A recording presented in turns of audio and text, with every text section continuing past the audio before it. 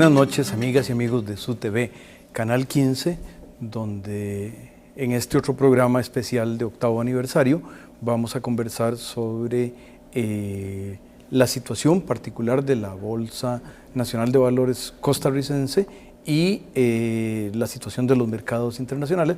Para hacerlo tenemos el privilegio de tener nada más y nada menos que al gerente general de la Bolsa Nacional de Valores, quien fue por un periodo muy corto ministro de Hacienda, quien fue gerente del Banco Central y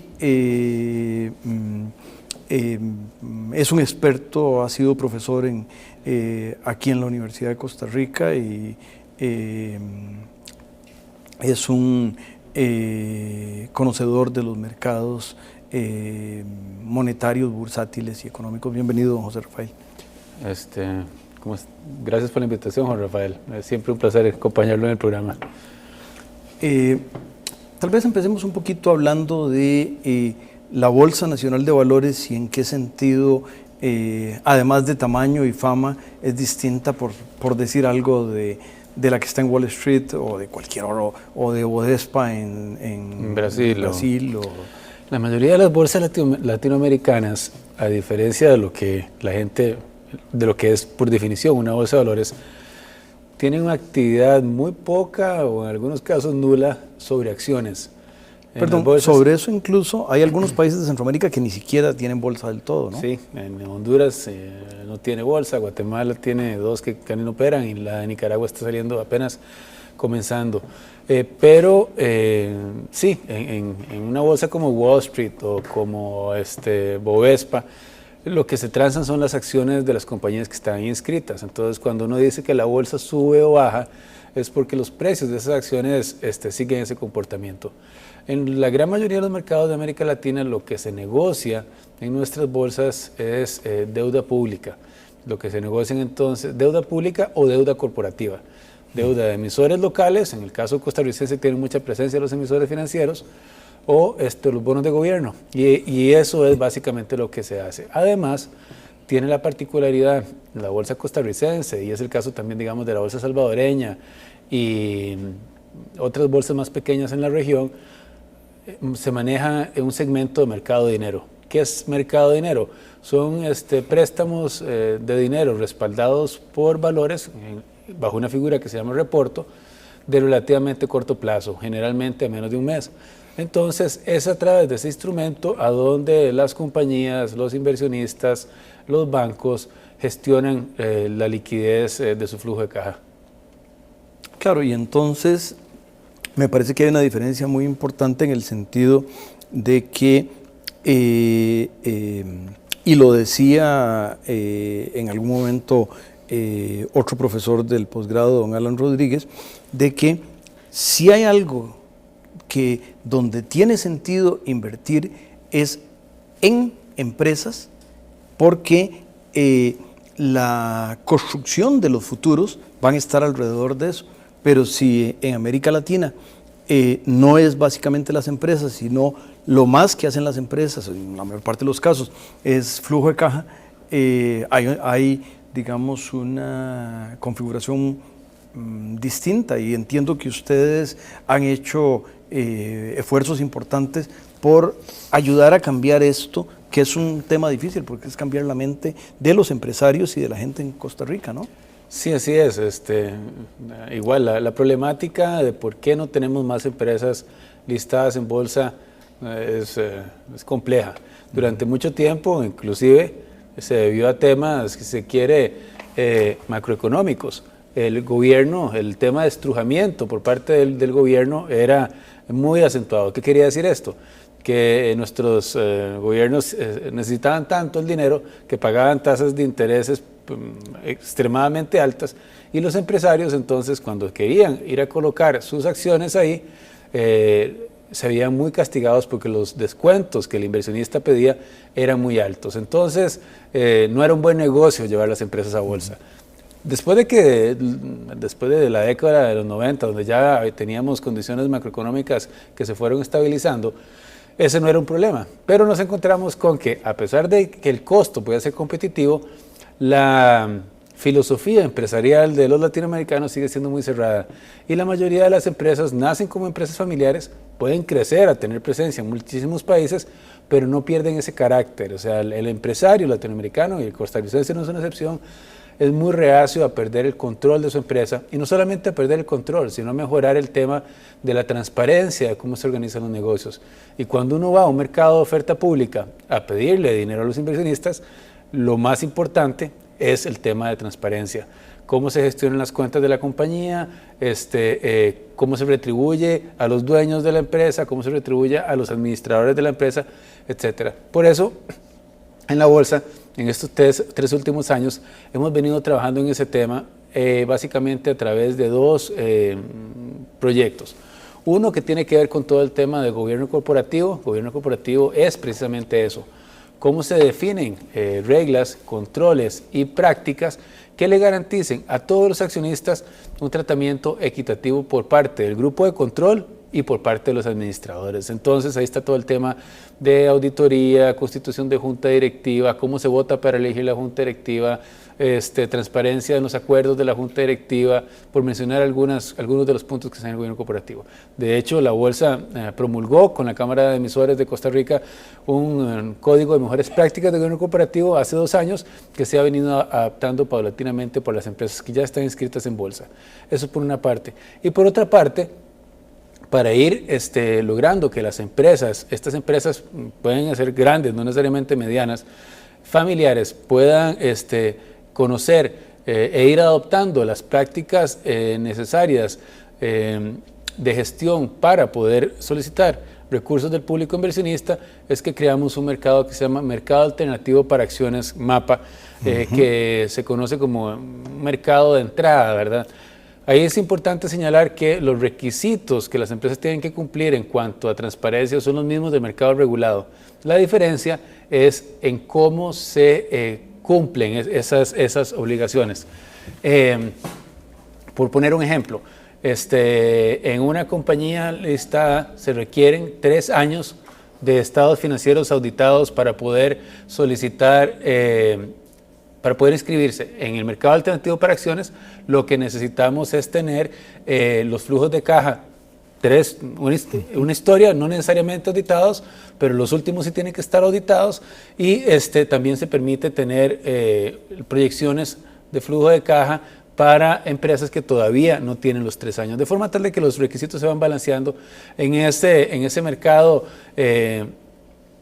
Ha sido muy interesante porque hay mucho interés del empresario costarricense por acceder, pero el trabajo que tienen que hacer para poder llegar al mercado, hemos visto que les toma entre 12 meses y 18 meses. De hecho, tenemos únicamente una empresa inscrita en ese mercado. Que es muy famosa. Sí, que una empresa inscrita en ese mercado. Y tenemos en este momento 3 compañías más que están en proceso y que ya empezaron a cumplir los requisitos. Entonces, vamos a ver si les da tiempo de terminar antes de fin de año y ya ese mercado. Uno dice 4 compañías, bueno, en realidad en acciones en este momento en Costa Rica tenemos 14, así que 4 es un incremento casi del 25%. ¿Cómo se afectaría, y tal vez para empezar un poco a hablar de la situación coyuntural, cómo se afectaría, digamos, las perspectivas y podemos pensar un poco en MAPA, de estas empresas jóvenes en este procedimiento, ahora que por un lado hay incertidumbre, por otro lado hay una cierta reticencia a prestar, porque si yo tengo fondos y los presto, quién sabe si a quien se los preste va a poder vender las cosas que haga, o tal vez incluso pueda tener problemas en la línea de producción, y entonces por insumos que puede tener. Es decir, pero por el otro lado, dada esa misma situación, esta posibilidad puede ser una posibilidad dorada. ¿Cómo lo percibiría en general en este mundo o en esta coyuntura de incertidumbre? Bueno, de hecho el tema del crédito ya se está manifestando, ¿verdad? En este momento el costo del crédito para el sector empresarial ha incrementado de manera significativa, y si antes una empresa de AA o AAA podía tener acceso a un crédito LIBOR más 150 puntos base, hoy le piden a la misma compañía 4 meses después LIBOR más 600 puntos base.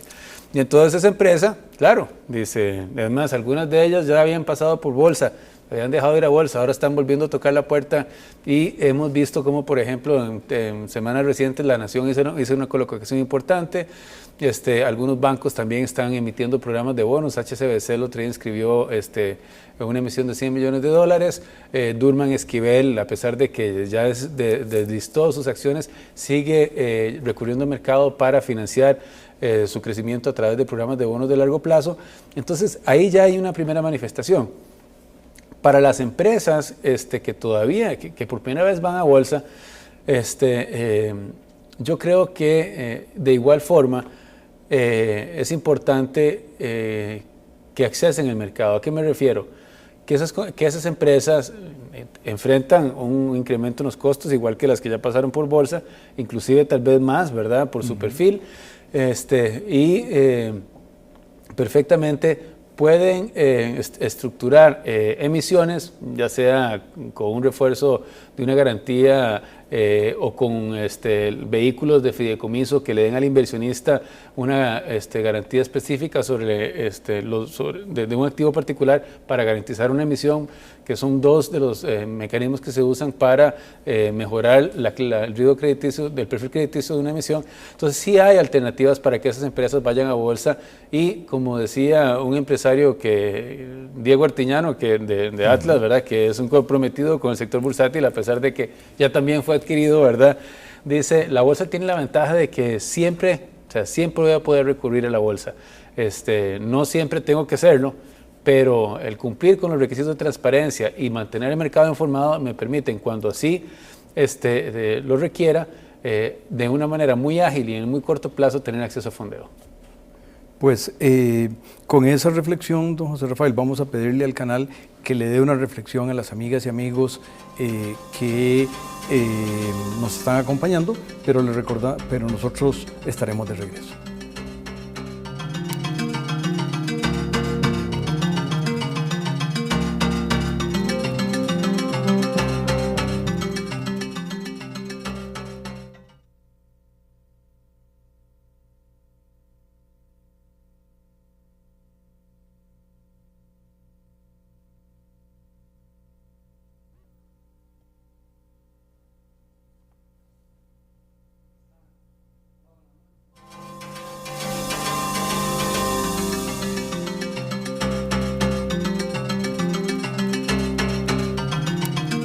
Conversamos, amigas y amigos, con el gerente general de la Bolsa Nacional de Valores, don José Rafael Brenes, profesor universitario cuando lo logro convencer. Don José Rafael, no solo ha habido eventos importantes en las bolsas, y en esa secuencia de la bolsa de Tokio y las bolsas australianas, a las de China, a las europeas, a las de América, y América incluye todos los usos horarios y toda la geografía. Y bueno, digamos, para ir a lo más cercano, las de América Latina en los últimos 3 meses han perdido cerca y en realidad en octubre la mayor parte de ese asunto o de esa pérdida, cerca del 50%, no llegan al 50%, pero se le acercan del valor de las acciones. ¿Cómo se interpreta eso? ¿Cómo lo interpretaría para las amigas y amigos? Y si podría pensarse que pronto pueda haber una cambio de dirección que sea sostenible o sostenido. Bueno, hay que poner esa pérdida de las bolsas latinoamericanas en contexto, ¿verdad? Porque perdieron entre el 40 y el 50%, pero el Dow Jones perdió el 40% también. O sea, la sangre ha corrido en todos los mercados. Hoy en la mañana la noticia era que se estaban reversando porque había expectativa de que el Fed fuera a bajar las tasas de interés, entonces empezó a subir Nueva York. Latinoamérica sigue un poquito atrás con un cambio en la tendencia. Y volvieron a caer, ayer volvieron a caer, ya faltando menos hora para cerrar, la gente dice, no, la verdad es que no, esto sigue mal, y ¡pah!, vuelven a caer todas, y atrás van las de América Latina. ¿Qué pasa? Dos cosas. Primero, siempre hay que recordar que cuando hay inestabilidad, la gente busca activos seguros, es lo que en inglés se conoce como el flight to safety, ¿verdad? Entonces todo el mundo se va a comprar lo que consideran activos libres de riesgo, que son los bonos del Tesoro de los Estados Unidos, y eso hace que los precios de los otros activos se vean castigados. ¿Cuáles son activos riesgosos? Bueno, acciones para comenzar, y cuando hablamos de acciones, los de mercados emergentes, todavía más. La bolsa mexicana, la bolsa de Brasil, habían crecido mucho, básicamente no solo porque sus economías habían venido creciendo de una manera saludable, sino que la inversión extranjera directa en activos financieros, en particular acciones, había sido muy importante. Entonces esa demanda hizo que los precios de las acciones listadas en esas plazas fueran creciendo de una manera tan o más rápida que lo que habíamos visto en los mercados de las economías más desarrolladas. Cambia la coyuntura mundial, cambia la preferencia de los inversionistas, sobre todo los sofisticados, que estos hay inversionistas de fondos de inversión, inversionistas de fondos de cobertura, bancos. Cambia el apetito al riesgo de estos actores, y de repente aquello que me gustaba comer 3 veces al día ya no lo voy a ver en todo el mes, ¿verdad? Y empiezan a vender las posiciones que tienen en esas bolsas. No solamente lo hacen porque quieren, sino que además ellos mismos como intermediarios se ven sometidos a presiones de liquidez y deben ir a vender activos. ¿Qué pasa?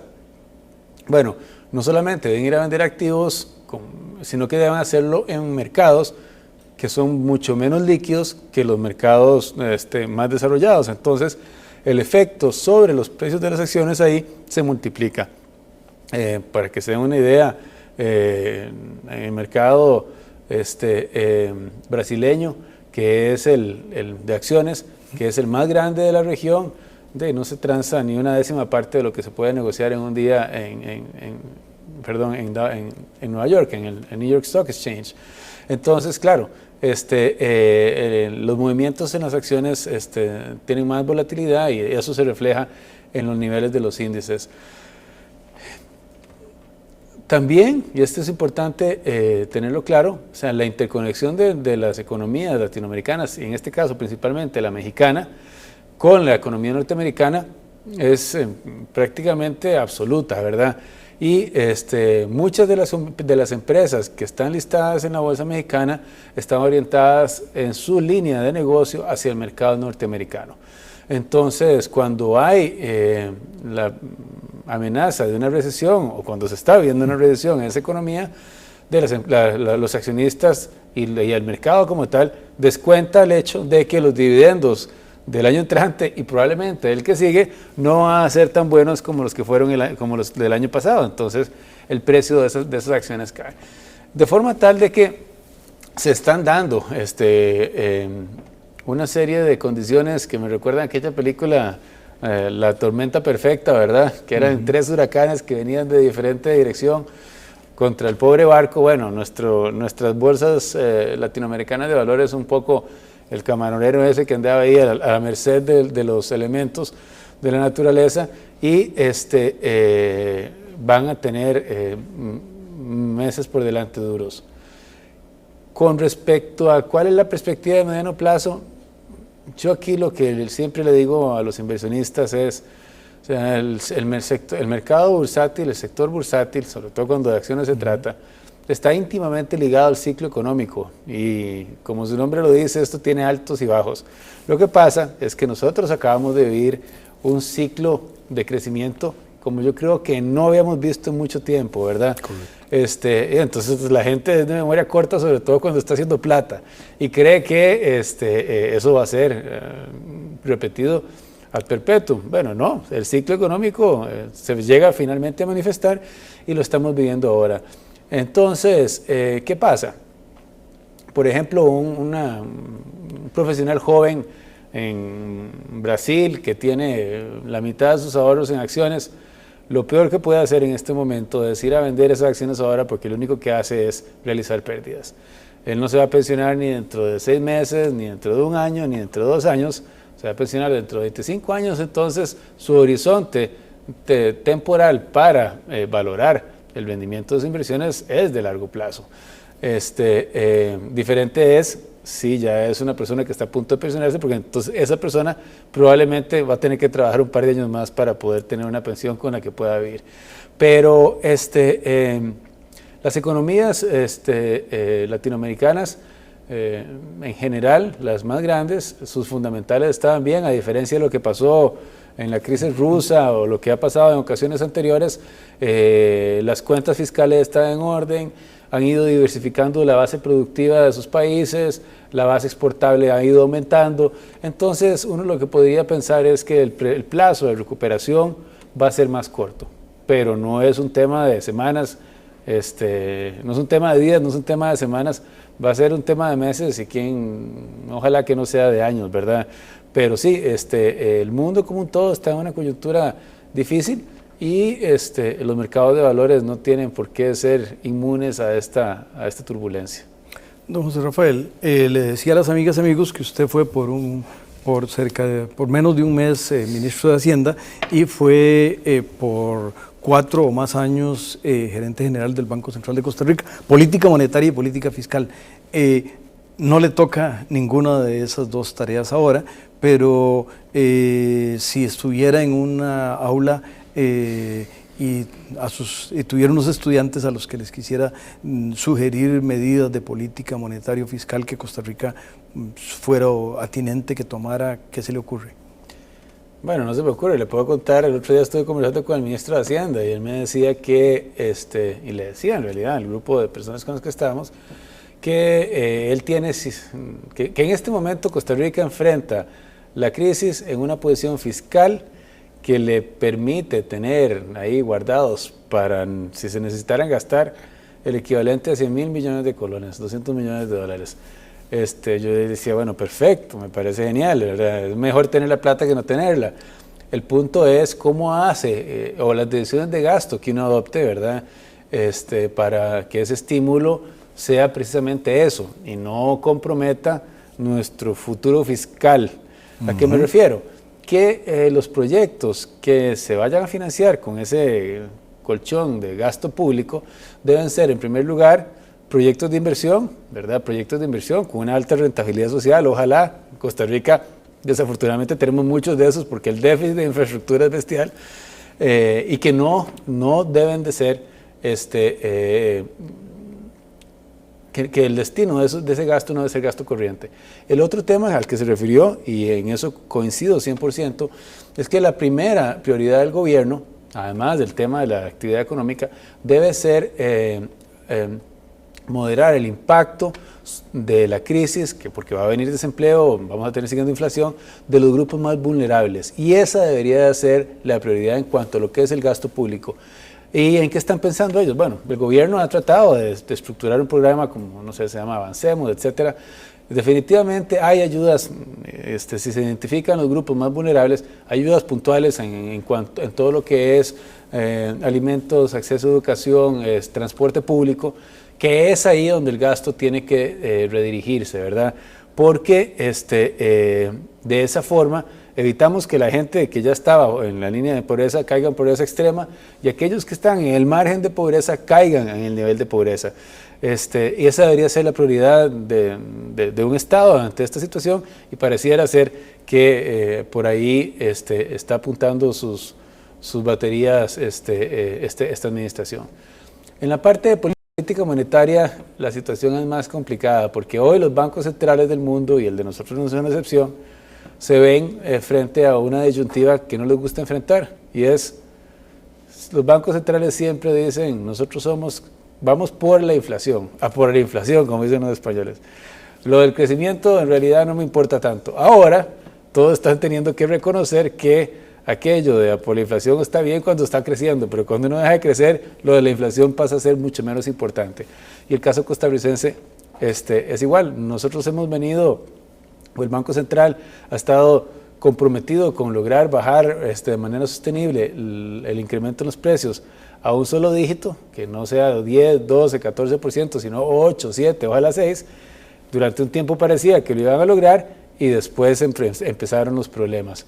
Ahora, ¿qué pasa? Tenemos una inflación del 12 y pico, 13, y el Banco Central se ve en la disyuntiva de tener que decir, bueno, voy a renunciar a esta misión que yo me había puesto como sobre todas las cosas y debería de preocuparme porque el aparato productivo no se entrabe, ¿verdad? Pareciera que eso todavía no se lo han querido preguntar frente al espejo.